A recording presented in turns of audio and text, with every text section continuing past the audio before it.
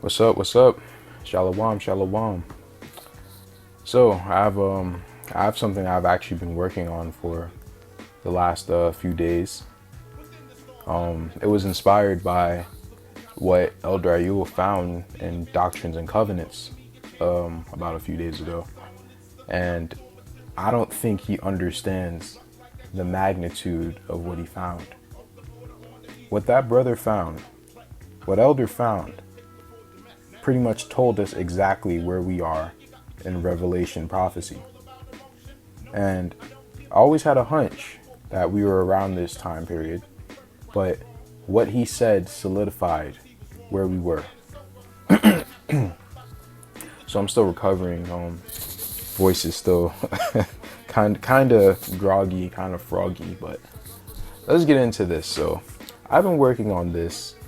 I've kind of been making this so pretty much anyone can pick this up with some sort of biblical knowledge and be able to read and understand it.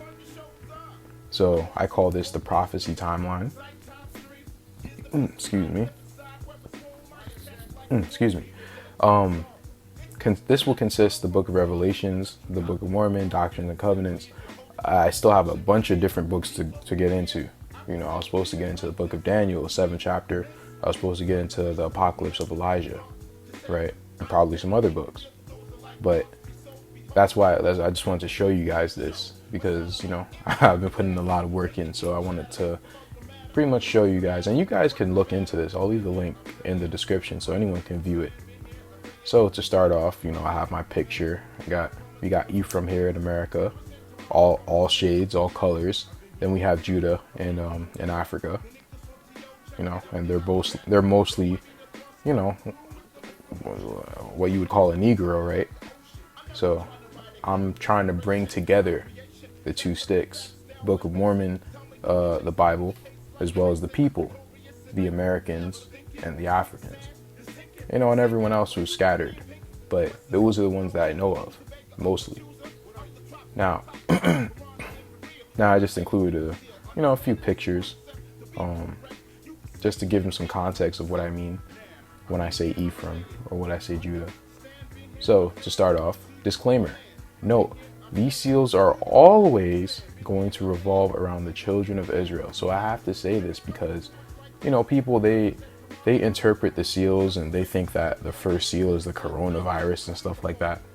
When people don't understand that, that can't be the first seal because these seals are happening in succession, right? They're happening one after another. There's the first seal, the second seal, the third seal, the fourth seal, going all the way to the seventh seal. Now, I know for sure, based on what the fourth seal says, that we are past the fourth seal. And I say personally, I do not know what the first three seals are or what they represent, right? Because I don't. But I believe they occurred already because of how I interpret the fourth and the fifth seals, as well as the sixth seal. But I'll get to that. If I come across any information that will show me the meaning of at least the second and the third seal, because I do believe that the first seal might be in reference to the Greeks, but I'm not sure, right? I have to really dig on it, or the Most High has to show me. You know, he had to show me everything that I do. So, you know, me saying that word dig, you know what I'm really trying to say. Now, I also have to note the word Gentile is usually in reference to Japheth, right? Because in Genesis, that they only referred to the Gentiles as the children of Japheth. The children of Shem and Ham were not called Gentiles. I also said that it can also refer to someone of non-Adamic fallen angel lineage, as some of the Canaanites were also called Gentiles as well. So you'll see the Canaanite giants like the Hivites, the Girgashites, the Jebusites, they were considered as Gentiles as well. I'm just seeing a common theme of everyone who's considered a Gentile has somehow mixed with these, I guess, antediluvian, pre-flood beings or non-Adamic beings, meaning not from Adam, right? Oh man, excuse me. So I'm guessing when it says Gentile, it's referring to people who pretty much are mixed with these non-Adamic DNAs. And then a lot of us are Gentiles at this point, you know. We all have some sort of so-called white in our family. There aren't many people who don't, in America at least. Maybe in Africa you can get away with saying that, but not in America. But anyway, I show a few pictures. Chief Joseph, the Peruvians, right? You have the you have my people, the Caribs. You know, these dudes are from the Dominica. I'm not from there, but actually I was reading a book regarding the Caribs of St. Vincent, where my forefathers are from. They look pretty similar to these people. Even my father, he looks similar, to these people. So I definitely could be from these people.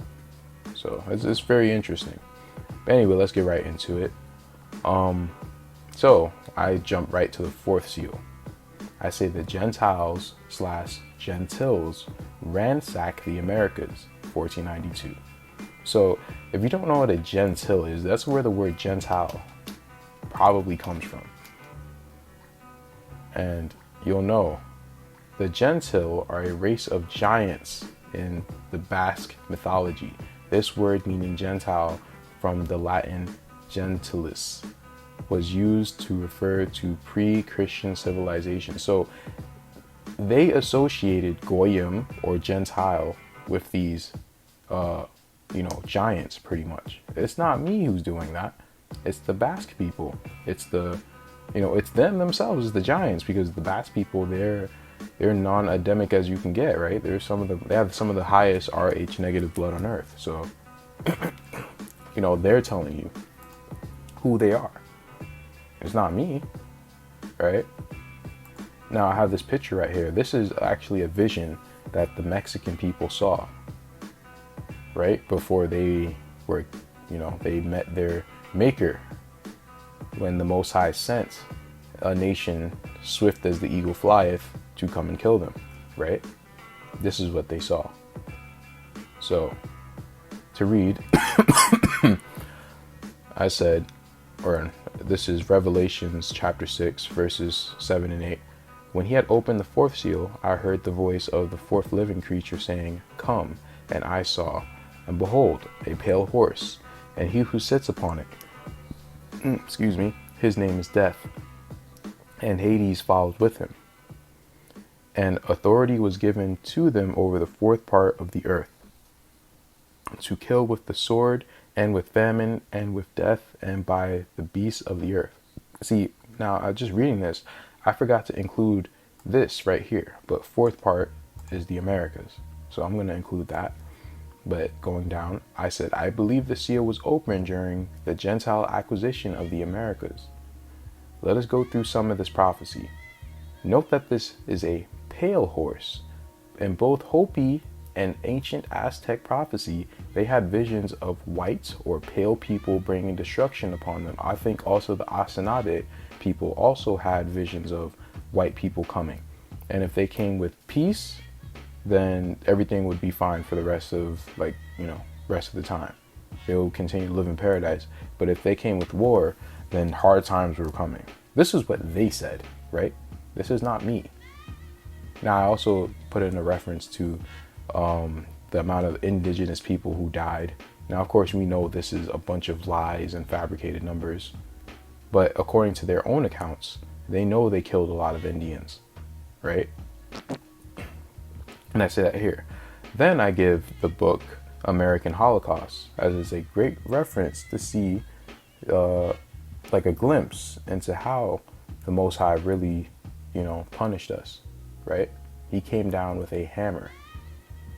Now, the famine that it talks about, that was in large part of what DeSoto and his men were doing, where they would go through villages and, if they couldn't beat them, they would starve them out by killing all the surrounding buffalo, right? Hunting them down. And, the Indians, they pretty much had to start eating each other at that point, right? So these things happen over and over again. Like every time the Israelites were sieged, it seems like they resorted to eating their own children. This happened in Jerusalem as well as over here. Now, after this was done, many Indians were reclassified under various racial classes such as Indian, Negro, colored, Hispanic, mulatto, black, and even white. Yes, some Indians were even classified as being white because some Indians were already very light-skinned. You know, a lot of the Indians were very dark-skinned.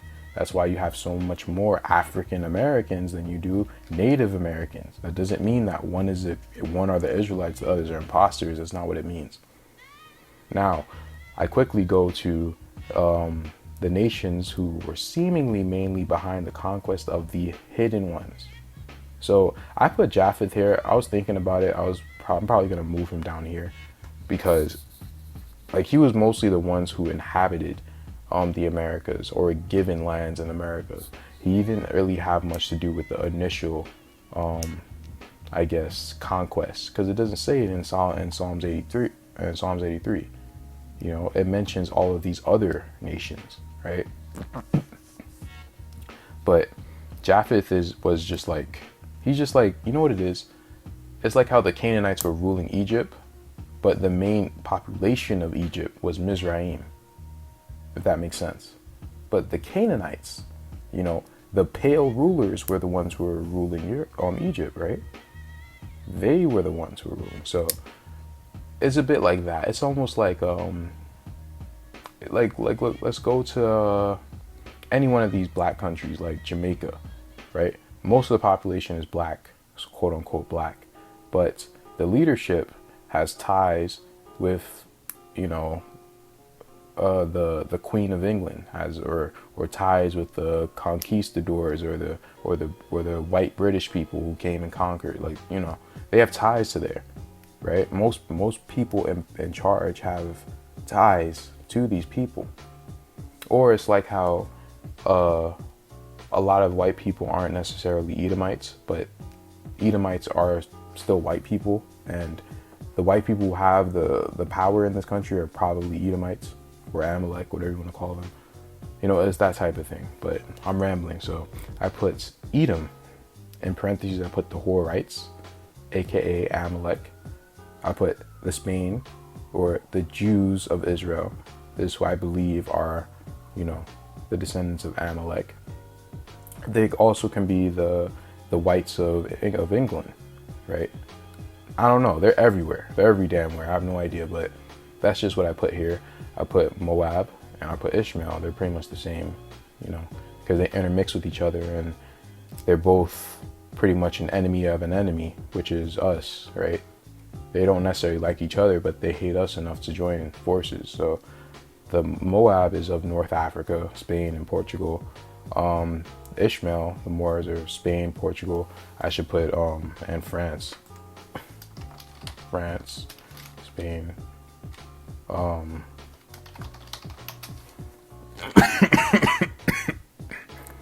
Forgot all about France.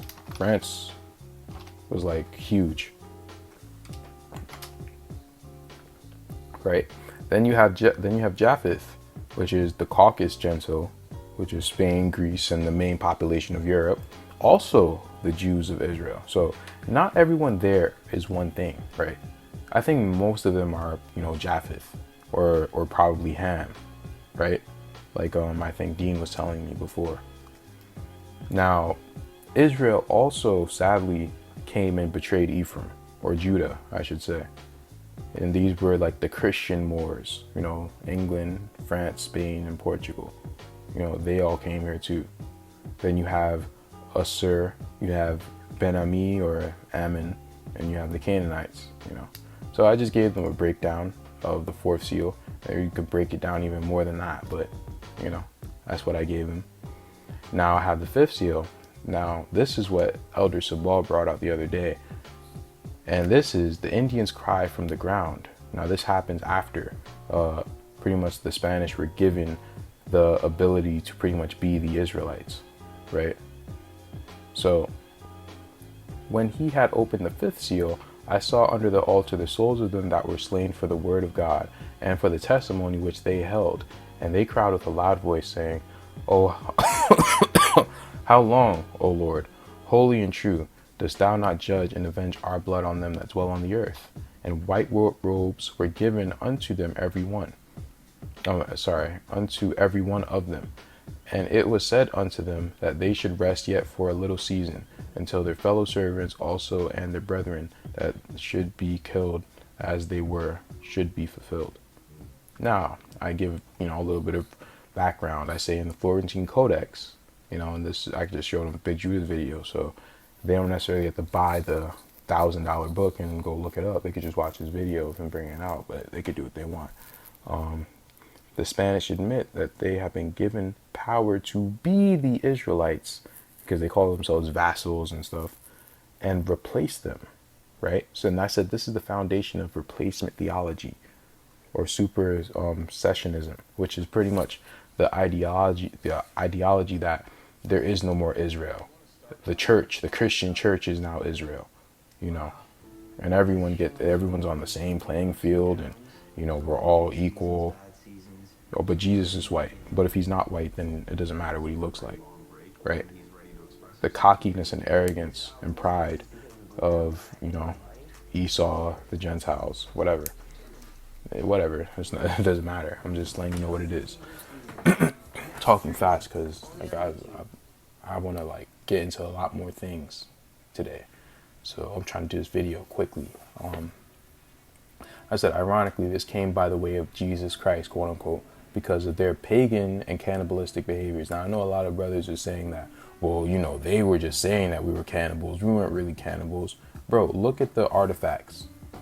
We were cannibals, bro. The Aztecs had supermarkets eating and selling body parts. They were cannibals. They were wicked as hell. Don't sugarcoat it. This is what they were doing. So, ironically, if they were, so you guys are complaining so much and saying, oh, they brought Jesus Christos, right? Well, if you guys were actually, following the teachings of Jesus Christos, you wouldn't have gotten these Spaniards over here, right? So, I just wanted to say that. However, even though they were wicked as hell, the Most High still told them only kill a certain amount of people, or only kill the ones I tell you to kill. They didn't care. They just ran off, right? I think I said this in a previous video. They were allowed to come into the mansion, and the Most High was all right. Well, take off your shoes, and they just ran through the house. They didn't hear a word he said, and he just sat back in his chair oh, this is what I have to deal with now because you guys didn't want to listen. I didn't want to do this. These things are nasty, right? These people are nasty. These people are foolish. These souls that were not supposed to kill. These souls they were not supposed to kill want revenge, and the Most High is very much inclined to give it to them, right?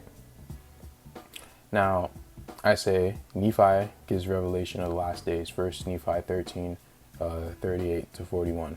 And it came to pass that I beheld the remnant of the seed of my brethren, and also a book of the Lamb of God, which had proceeded forth from the mouth of the Jew, that it came forth from the Gentiles unto the remnant of my seed, and unto the remnant of the seed of my brethren. So the Gentiles preserve these books, right? Preserve the writings of Christ, pretty much, the New Testament. And after it had come forth unto them, I beheld other books, which came forth by the power of the Lamb from the Gentiles unto them, unto the convincing of the Gentiles and the remnant of the seed of my brethren, and also the Jews who were scattered upon all the face of the earth, that the records of the prophets and the 12 apostles of the Lamb are true.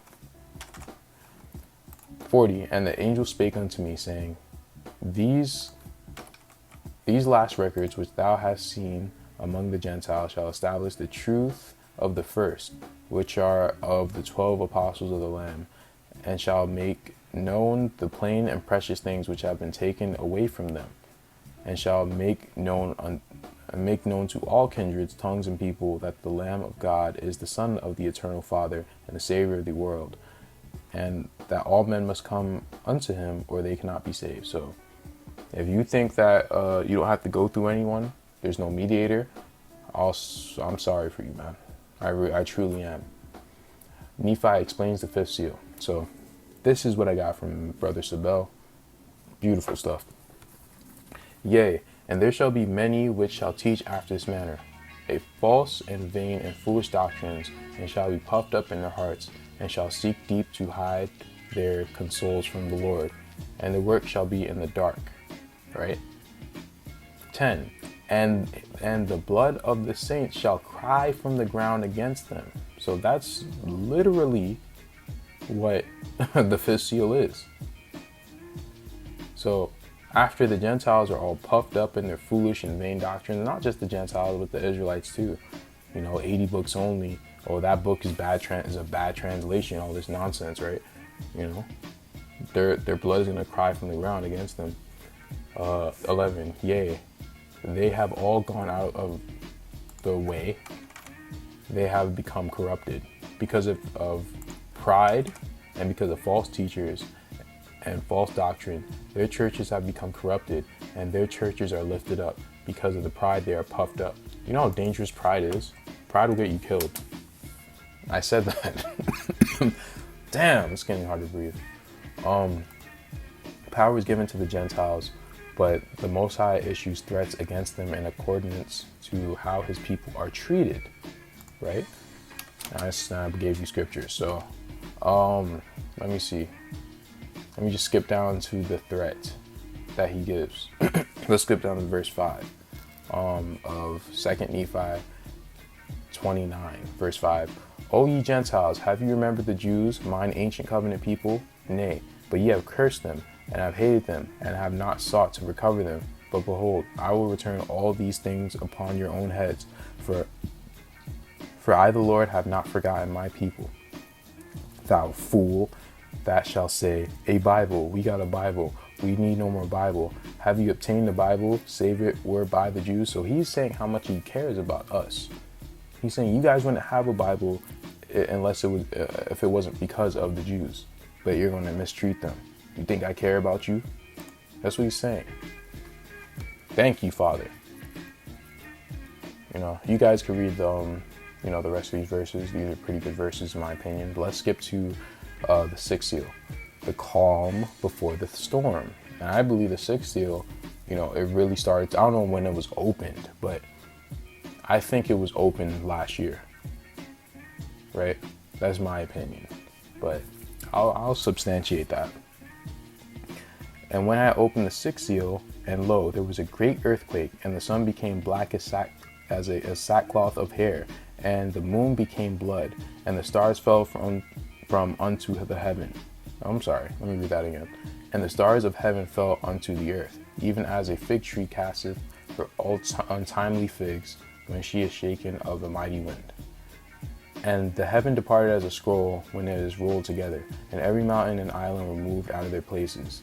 And the kings of the earth, and the great men, and the rich men, and the captains, and the mighty men, and every bondman, and every free man hid themselves in the dens of the rocks, and in the dens, and in the rocks of the mountains, and said to the mountains and rocks, fall on us, and hide us from the face of him that sitteth on the throne, and from the wrath of the Lamb.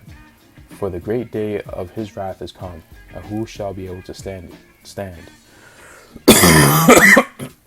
So I'm not going to get into the rest of the sixth seal for this video because, I didn't get into it myself yet. But let's try to get some understanding based on what everything is supposed to occur, right? So it's supposed to be a great earthquake. The moon is supposed to become blood. Stars are going to fall from heaven. Ish is about to go down, right? So I'm going to bring some attention to you, this amazing piece of literature right here that Elder Ayub brought out, the Doctrine of the Covenants. This is chapter 45. For the sake of time, I'm probably going to skip down. Let me see. So let's start at 21. And it shall come to pass that this generation of Jews shall not pass away until every desolation which I have told you concerning them shall come to pass. Now, this same generation that you're about to read down, like I'm about to read down, they're not going to die until these things come to pass. So pretty much he's saying that whenever the rest of this happens, the rest of it's going to happen in their lifetime. So pretty much when the sixth seal is opened, the rest of the seals are going to be opened. That's what he's saying. So he's literally saying that, you know, he's going to send his son in our lifetime if, you know, the Book of Mormon has been gathered unto us. So that's the beginning of the sixth seal, right?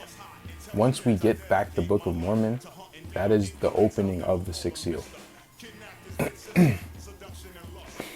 I should have probably found that before, but I'll include that.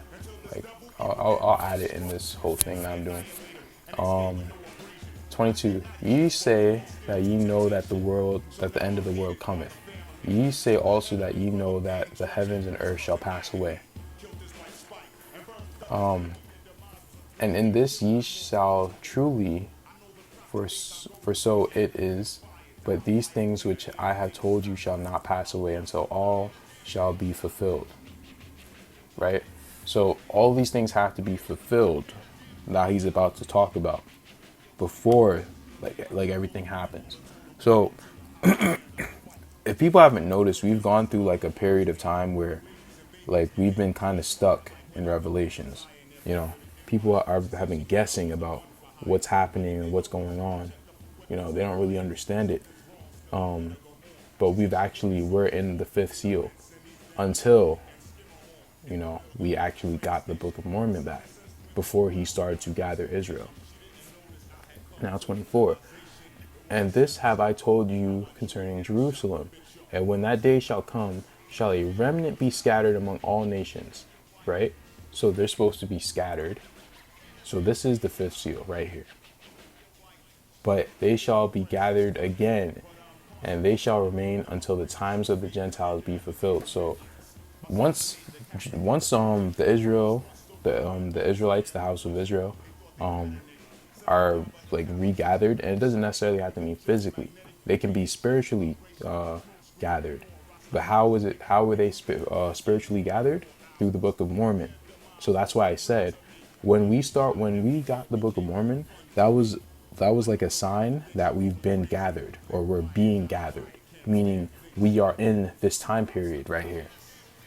And it's pretty outstanding, right? So, but we're going to remain here until the time of the Gentiles be fulfilled. Now, what did I show you in 1 Nephi 13, verse 42? That first he was going to manifest himself to the Jew, then the Gentile, then the Gentile, then the Jew. Now, this is Gentile and the Jew, right? Well, we're at the end of that last Gentile part. That is the time of the Gentiles it's referring to, right? Now, 26. And in that day shall be heard of wars and rumors of wars. What did we hear in January this year? All about World War III, right? Oh, what's going to happen? You know, oh, is Trump going to bomb the Middle East? Right? You heard all about that, right? That's prophecy. That happened. And the whole earth shall be in commotion. Was that not occurring? Right? That occurred in February, right? In early February and end of January. And men's hearts shall fail them, and they shall say that Christ delayeth his coming until the end of the world. Until the end of the earth. So people are going to start doubting their rapture doctrine, right? They think that they're going to do all this hell and then get raptured up. These people are crazy. So he's mocking them pretty much. He's saying, oh yeah, Christ, like they're going to say that they're going to not have a belief in Christ. And you're about to see that. And the love of men shall wax cold, and iniquity shall abound. So you see all these people who's saving up all these resources and stuff. Well, what about all the people who aren't trying to save up?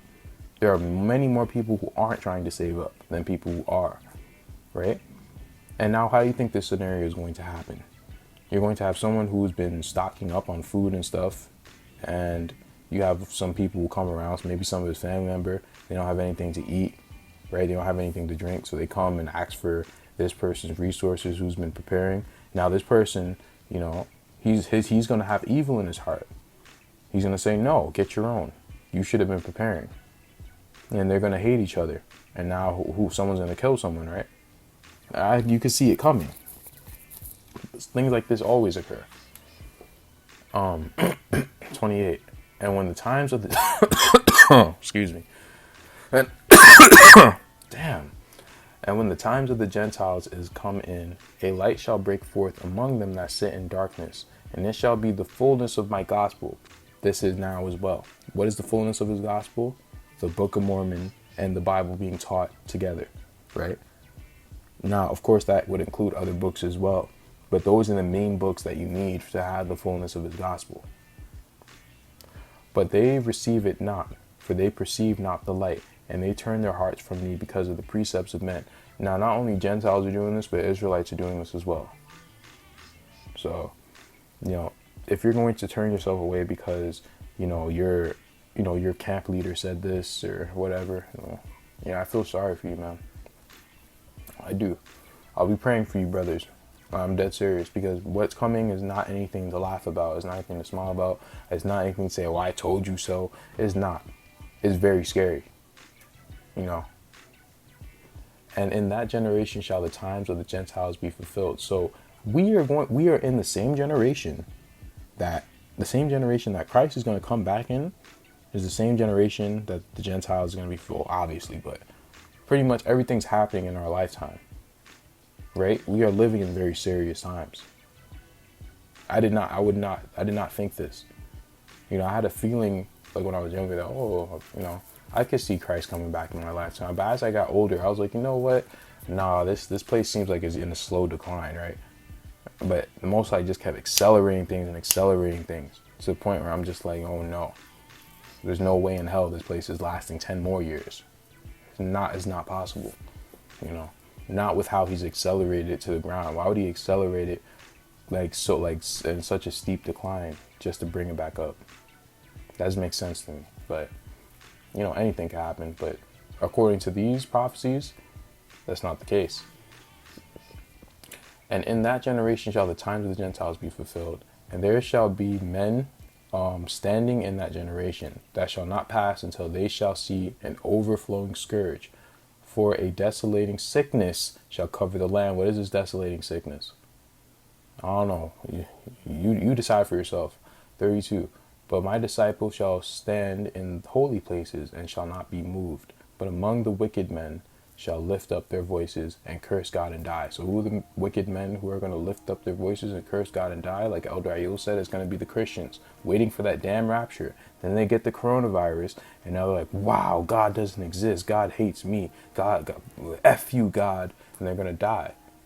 Like what Job's wife said, why don't you just curse God and die? Satan's going to get onto them and they're going to renounce their faith. There are going to be a lot more atheists soon. Right?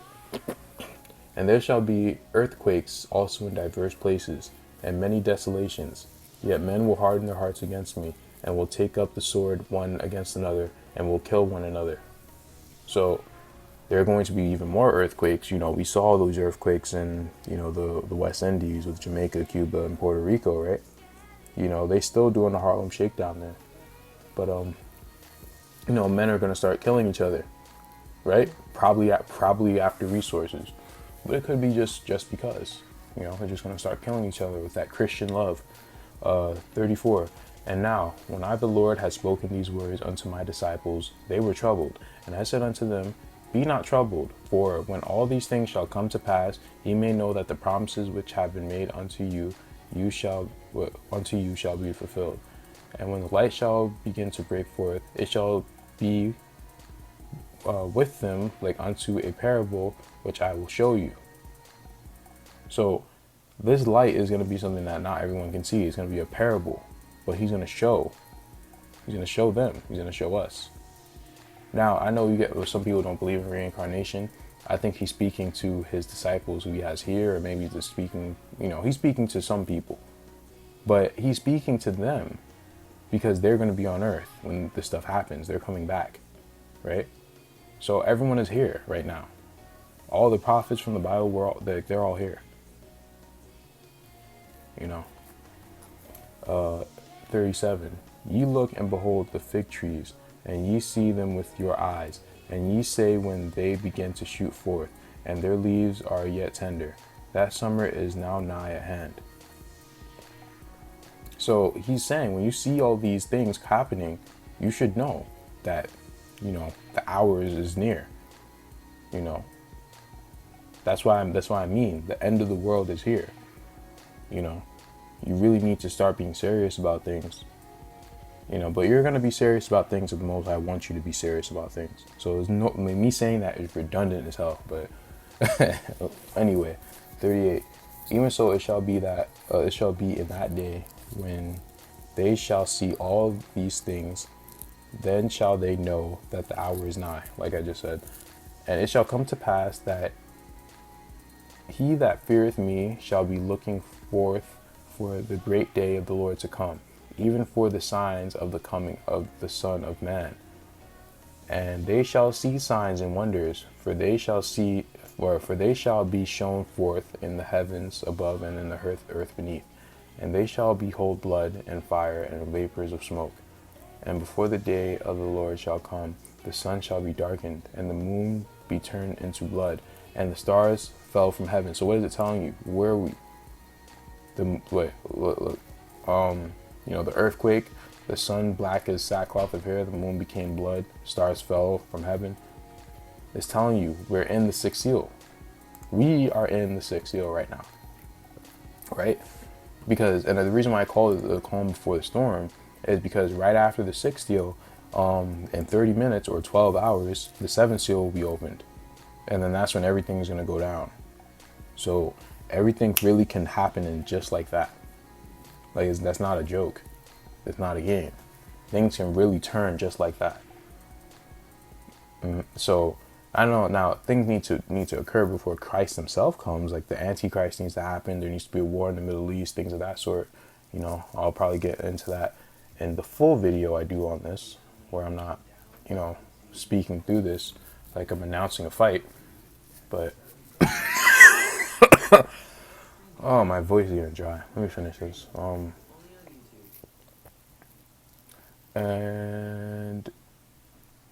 And they shall, 42. And behold, the day of the Lord shall come. The sun shall be darkened, and the moon shall be turned into blood, and the stars fell from heaven. And the remnant shall be gathered unto this place. Now, I don't know what this place is, but obviously this is a physical gathering at this point. So we are about to be physically gathered pretty soon. I think that's what Big Judah was talking about when he was like, maybe we're going to go to South America and something like that. I don't know, but that would be cool, right? I'm willing to follow the Most High anywhere he's willing to take us. El Dariul, he brought that land. I don't know, if we're going to be physically gathered then. I'm not sure, right? But I'm hoping that I'll be able to join all of you guys. 44. And then they shall look for me, and behold, I will come, and they shall see me in the clouds of heaven, clothed with power and great glory, with all the holy angels, and he that watches not for me shall be cut off. Yikes. But before the arm of the Lord shall fall, an angel shall sound his trump, and the saints that have slept shall come forth to meet me in the cloud. Wherefore, if ye have slept in peace, blessed are you. For as you now behold me, and know that I am, even so shall ye come unto me, and your souls shall live, and your redemption shall be perfected, and the saints shall come forth from the four quarters of the earth. So the saints are scattered around all the nations, right? They're not just in one place. Then shall the arm of the Lord fall upon the nations, and then shall the Lord set his foot upon this mount, and it shall cleave in twain, and the earth shall tremble and reel to and fro, and the heavens also shall shake. So once he gathers his saints, that's when he's going to start to roll the heavens back and things of that sort. That's when we're really going to see natural disasters and stuff like that. But I'm going to stop right here. This is a very, very interesting, piece of literature. I'm telling you, it's literally a play-by-play of where we are right now. This is incredible. I cannot believe this. This is just crazy. So what are we going to see next? Let's see. We're in the sickness part right now. So we still have to see people fighting each other. People are going to kill each other.